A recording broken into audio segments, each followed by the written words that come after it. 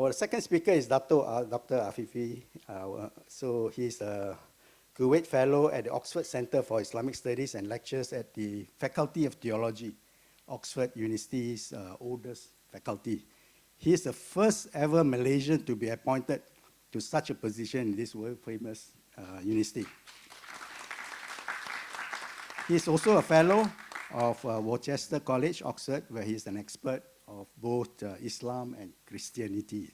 From 2018 to 2020, Dato Afifi was appointed by the Conference of Rulers in Malaysia as Deputy Chairman to the High-Level Panel on Federal Administration of Islam, a royal commission looking into the institutional reforms of the Islamic religious establishment at the federal level. It's a very high-level appointment. Since 2010, Dato Afifi has been listed in the Muslim 500, the world's 500 most influential Muslims. Congrats, Dato. From the West, now we move on to Middle East and Europe. So we have Dato Dr. Afifi to share his insights. Yeah, thank you. Thank you, Professor Kim, and thank you, Tim. We have much better Oxford dinners, though, in fact, so we'd like to keep to the time and maintain the hourly time there. But just very quickly, particularly to my Oxford friends, both Paul and Tim, I think you should know there are those of who are here in the audience who are the real practitioners and real experts here. I mean, I see Tan Sri Jawahar, who's of course who headed the Malaysian ISIS, which is halal, by the way. So it's the Institute for Strategic and International Studies. So this is a bit like our massive foreign affairs think tank for a long time. Of course, we had former Minister Datuk Sri Mustafa Tokpa, affectionately known as Tokpa, our long-time Trade Minister and Economics Minister, and I see this is all the King's men who's here. Tan Sri Aziz there. In fact, there's a present practitioner I can see from the Prime Minister's office. So I hope that you'll be reporting only on good things. But just to add also with what Dr. Elizabeth was saying, not only to add with Evelyn in order to tick the feminist box there, but it's interesting that I think they spend all the different candidates to find a truly Malaysian forum, because we have not only a Malay, a Chinese, but an Indian here. So this is truly a Malaysian-style Davos.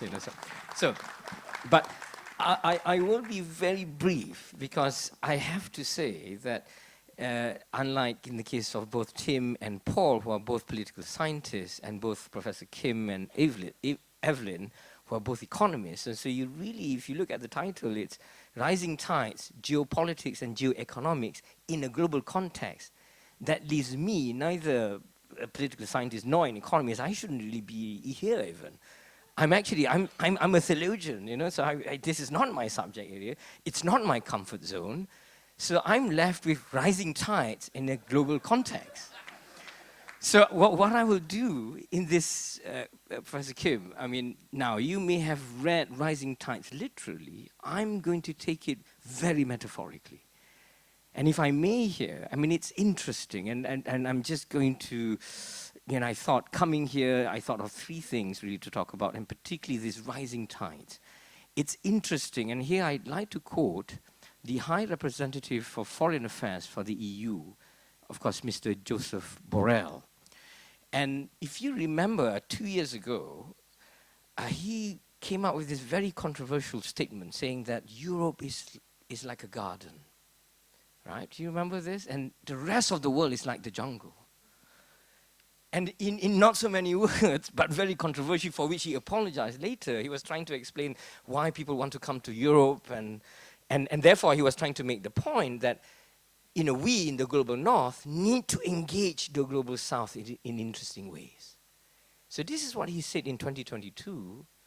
As of last month, it's interesting. He said this in his own blog, and he said, the era of Western dominance and compliance, in which the global south is expected to comply, is indeed definitively ended. And I was just amazed by this shift in Joseph Borrell's own thinking and actions from 2 years ago to just last month. So let's look at what has happened, basically. in the few minutes that I have here. I mean, number one, and I think this has something to do with these rising tides in a global context. I think there is the definitive rise of the global south. And we see this in particular, for instance, in the last, some major events that have taken place. I mean, the one most immediate that I can think of, particularly that is affecting Joseph Borrell, and you will see him as the EU foreign minister, if you like, speaking about the Gaza war, for instance. Who would have thought 2 years ago people would have thought that, was he, talking about how Europe is a garden, the rest of the world is a jungle. And here when he speaks, the rest of the world, particularly those in the global south, see sense in what he says, basically. And the issue of Gaza is a very interesting case. We've just had in Oxford, Tim, you remember Paul, I think the foreign minister of Oman came to the Oxford Center for Islamic Studies. And he shared with us quite revealingly that, during the Berlin recent security conference, there are people who are even talking about how the present United Nations structure might not be tenable any longer. The P5, the Permanent Five Security Council. And you have, in particular, and this is the first point, about the rising global south. And this is an interesting moment in our history. And we have people really talking about it at the highest levels. And this leads me to my second point about, and Tim works on Brazil, you have, of course, BRICS, the rise of BRICS. And originally, we are here in Malaysia, part of ASEAN. We're proud at Oxford University now, we have the Institute of ASEAN Studies, for which, by the way, you should know that His Royal Highness Tuanku Duli Yang Maha Mulia Paduka Sri Sultan Perak, Sultan Azim Shah, is the patron, by the way. Alhamdulillah, for which both Tim and Paul are his guests who are here. But the rise of the BRICS, it started off with the first founding members of four: Brazil, Russia, India, and China. And then you have South Africa, right? The very state that has taken Israel to court, for example. Brazil, who spoke very strongly about what is happening basically today in Gaza, for instance. So this rise of the BRICS, and in this cycle, you have the additional, 4 other states to join? So a total of 9 at the moment, including Iran, of all countries. For some, quite controversially, this is a serious realignment that is happening. Again, this is not my subject area, but as a non-expert, when I see this, something is happening here. It's very interesting. In a way, it can be frightening as well. Actually, we live in, as we say in this region, the apocryphal is a Chinese saying, we live in interesting times. Whether it is a Chinese saying or not is another matter. But it leads to my third and final point here. And it's interesting that within the region of the Middle East itself, this very week, right, this weekend, just this last weekend, in Mecca, so in the Muslim Holy Land, so you have the King of Saudi Arabia organizing, and it's not at all well reported. This is the advantage of you intelligence people being here. So you can note this. For the first time, in the Holy Land, in the Muslim Holy Land, maybe even unprecedented in that sense, where you have Iran and Saudi Arabia, has always been in loggerheads since 1979. This is the first time where they have an interfaith conference in Mecca, run by the Secretariat, is the Muslim World League, which in the past notoriously had always had the reputation of using the petrol oil money to export, Wahhabi theology, which is a form of Islamic theology, which is very much to the right, and some even call hate theology. Organizing an interfaith conference where you have representatives coming from almost all of the Muslim world, including a very senior official from Iran. That's very interesting.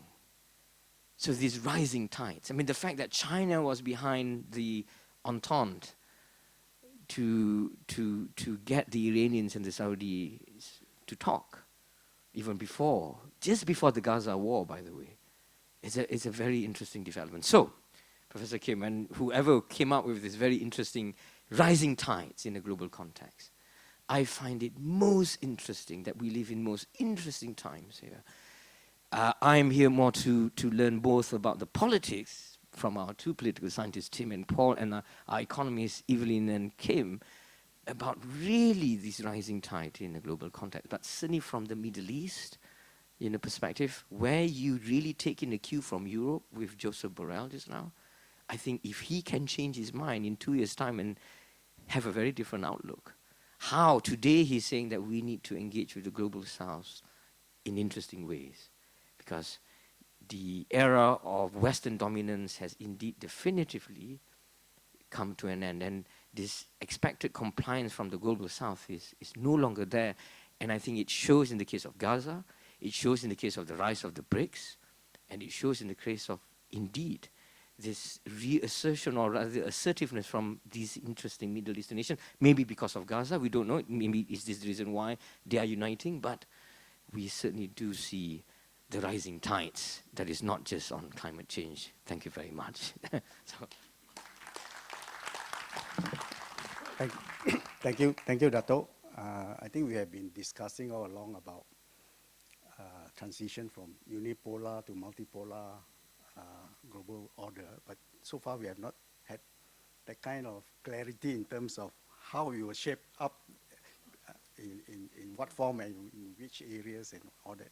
So I think your insights have lent a lot of clarity in how the BRICS and the global south are rising and in what manner. Thank you. Yeah. We'll take 2 questions at a time, and then hopefully we can cover more of your... First of all, my name is Dr. Ismail Al-Maaita. I am the ambassador of the Hashemite Kingdom of Jordan to Malaysia.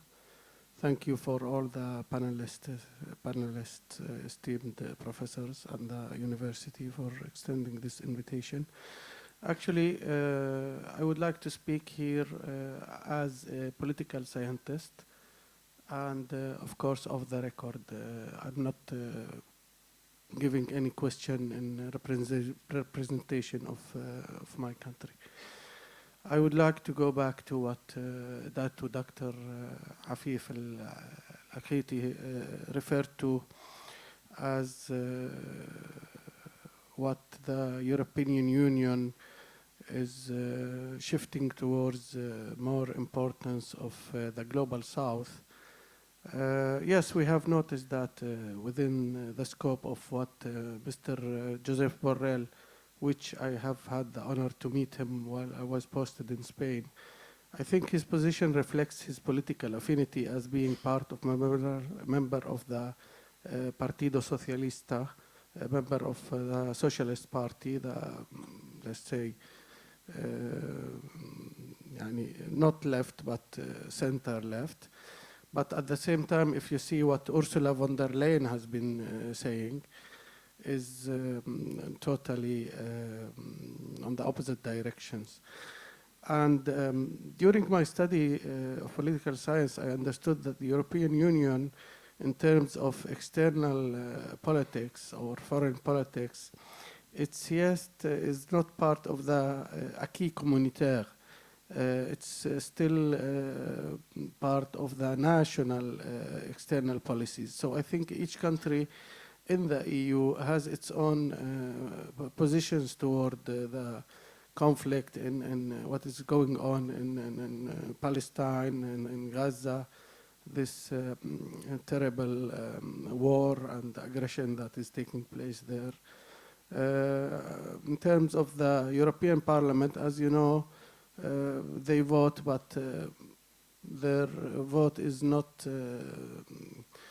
is like the General Assembly's resolutions, so it's not like Security Council resolutions that are, well, they are binding to some countries, but to others apparently not. So in a nutshell, and going back to the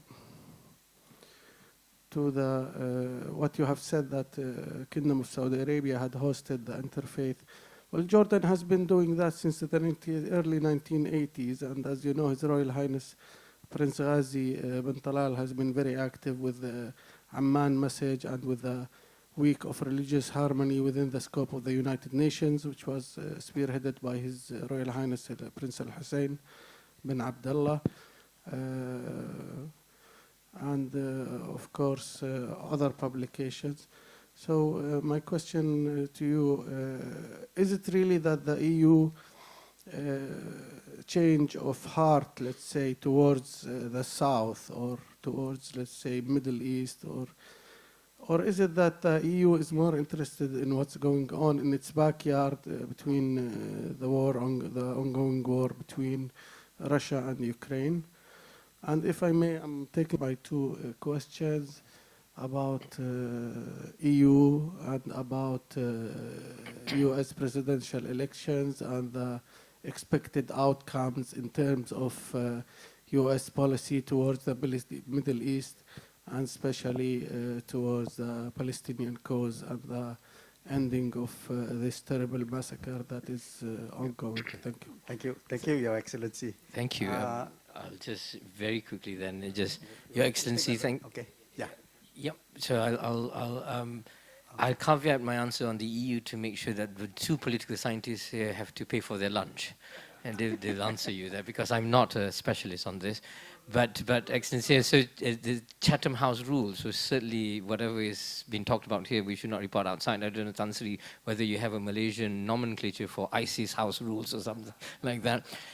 And I am truly honored, by the way, His Majesty King Abdullah II had inducted me last October into his Royal Academy, the Ahlul Bayt Institute, for which a week after the Gaza war, but they had to reschedule the proper induction in the palace to point, after that. So just on the EU, I mean, the only thing I can say really on this, point taken about the fact that, of course, the Union itself, is a conglomeration of these disparate nations in the EU. And therefore, you see, for instance, Ireland taking a very, very different position, let's say, from Germany. That seems to be very pro-Israeli and Ireland very pro-Palestinian. But even so, I think with the dislocations, if you like, between both Ursula von der Leyen and Joseph Borrell, you even see perhaps would you say the position of Germany even shifting when he had recently spoken together together with Netanyahu a few days ago, after, mind you, I'm not saying this is because of the visit of the Malaysian Prime Minister and his performance in Berlin there, but just look at what the Chancellor was talking to Netanyahu, in fact, in that respect. But all I have to say here is that it is at least indicative of the shifting positions, if not formally, but certainly within the EU grouping. But Now, Malaysia is going to be the chairman of ASEAN next year. And this question is particularly relevant for us, but also for ASEAN, and it is in a global context. What advice or suggestions can the panel give for ASEAN? Malaysia is only for 1 year. We chair for only 1 year. ASEAN goes on, for years and years. So what role can ASEAN, Malaysia, play in trying to moderate or pacify or manage the transition from the unipolar to the multipolar, which Professor Yah, you mentioned, from the rise of the global south and how we can reconcile global south and global north, but in the Asia-Pacific region especially. What role can Malaysia, ASEAN play, given the way they are constituted, their strengths and weaknesses? How can they nudge this process along in a more peaceful manner? Thank you. Thank you, Tan Sri. Anyone want to go first for Tan Sri's response to Tan Sri Johor's question on how to position ASEAN? Again, I'm not a political scientist nor an economist, but all I can say, because I'm a Malaysian, so I'm affected somewhat by this, so the only advice I could give Tan Sri, and I think, is that I think it's integration. And I think, from what I've read, there has been a rising tide, a rising tide of where you have the more landlocked ASEAN member states, i.e. the Indochina states, like Laos, and we now have the, the chairmanship is actually in Laos, isn't it, this year? Cambodia, sorry, Cambodia. Laos, it is, I am right, yes, Laos, versus the more, kind of the coastal states, including Malaysia and so on and so forth. So that apparently there is this, the landlocked ones, the orbit turns to be, it is said, and I stress this, a certain big neighbor in the north, China, for instance. So that has created a bit of a, well, I don't know whether I can even use the word tension or not, but I think better integration, I think, would be important for the next agenda of ASEAN, and perhaps Malaysia can play that role as a founding member state, to play that, not big brother role, but a common brother-sister role to bring, the solidarity of ASEAN, better, I think, in this case. So that's my advice. Thank you. I think that ends our questions from the floor. Perhaps now we can move to the last part. Perhaps a 20 seconds closing statement from each one of you.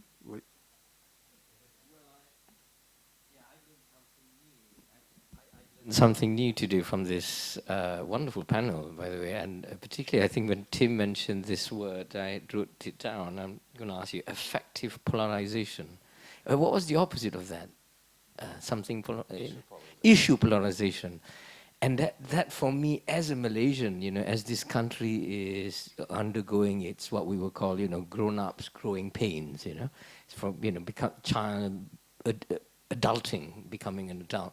This is a very interesting term, effective polarization. You basically get polarized because of essentially identity issues, not issues, not the real issues, right? And that reminds me of the third point that I was mentioning, really, the rise of really where we have a heady mix between religion and nationalist populism, actually, which can be very dangerous in that sense. So for me, my humble, really, bit that I learned today is, wow, how do we move from a world of effective polarization to issues polarization? It's fine for us to not be personal about issues because at the end of the day, we don't kill each other.